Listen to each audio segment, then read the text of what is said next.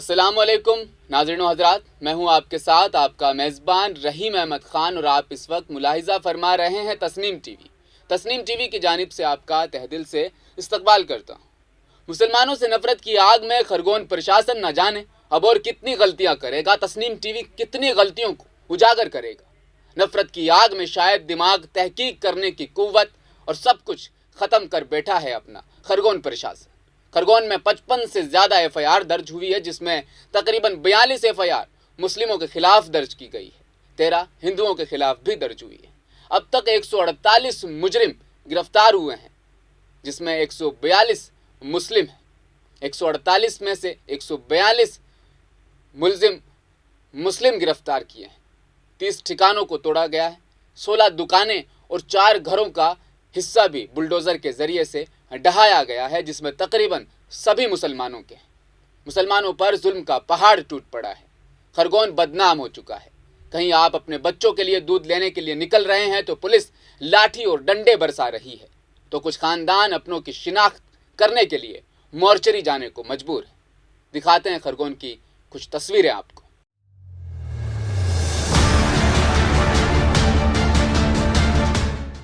नाजरीन, मुसलमानों के खिलाफ एफआईआर तो ऐसे दर्ज की जा रही है जैसे मुसलमानों के खिलाफ पर्चे काटे जा रहे हैं, जैसे मुसलमानों का वजूद अब इस मुल्क में ख़त्म होने की कगार पर आ चुका है।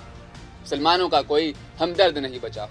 संविधान ने जितने भी हक दिए हैं वो सब हक अब छीने जा रहे हैं। हुकूमत अपनी नाकामियां छुपाने के लिए बुलडोज़र का सहारा ले रही है। खरगोन में भी 2 ऐसे लोगों को दंगे का मुलजिम बनाने का मामला सामने आया है, जिसमें से एक साफ तौर पर ज़िला हुकूमती अस्पताल के ऑर्थोपेडिक ट्रॉमा वार्ड में भर्ती था। उसके पास भर्तीशुदा पर्चे से इस बात का इजाला हुआ।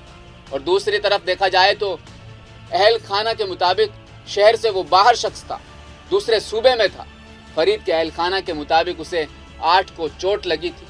9 तारीख से लेकर 11 तारीख के दरमियान वो ज़िला अस्पताल में भर्ती था। उसका नाम 11 और 12 अप्रैल को जो दंगे हुए उसमें दर्ज लोगों के साथ 2 मामलात में नाम शामिल है, जबकि वो अस्पताल में एडमिट था।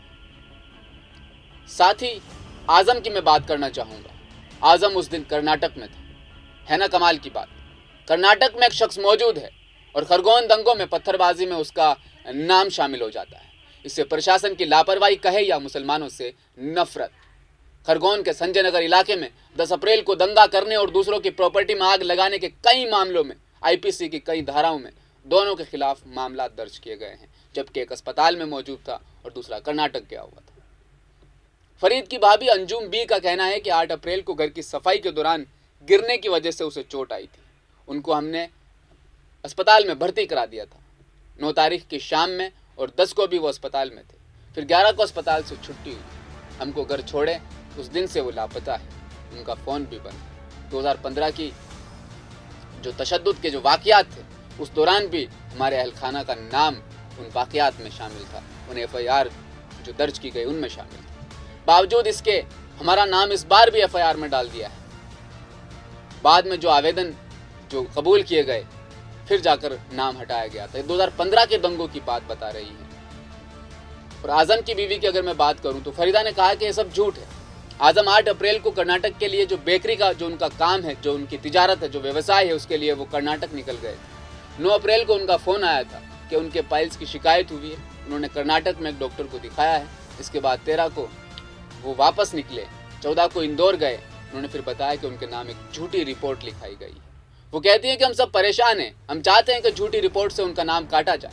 पहली नज़र में गलती समझ में आने पर भी हुकूमत का रुख अड़ियल नज़र आ रहा है। जब गृह मंत्री वज़ीर खारजा से पूछा गया नरोत्तम मिश्रा से सेंधवा में जो एफआईआर दर्ज हुई है वो शख्स कर्नाटक में था, आखिर क्यों एक ख़ास समाज को टारगेट किया जा रहा है, इस पर नरोत्तम मिश्रा कहते हैं कि आप कह सकते हैं जो दंगाई है उन पर कार्रवाई हो रही है। प्रशासन शिकायतकर्ता के बयान पर कार्रवाई करता है, अपनी तरफ से नाम नहीं लिखते हैं। शिकायत करने वाले मज़े ले रहे हैं। खरगोन पुलिस भी शिकायत करने वालों के साथ पूरा ताउन कर रही है और एक ख़ास समाज को लगातार खरगोन एमपी में टारगेट किया जा रहा है। हमारी इस ख़ास रिपोर्ट में फ़िलहाल इतना ही। मैं रहीम अहमद ख़ान लेता हूँ आपसे इजाज़त। आप देखते रहिए तस्नीम टीवी। अपना ख्याल रखिएगा, प्यार मोहब्बत से रहिएगा।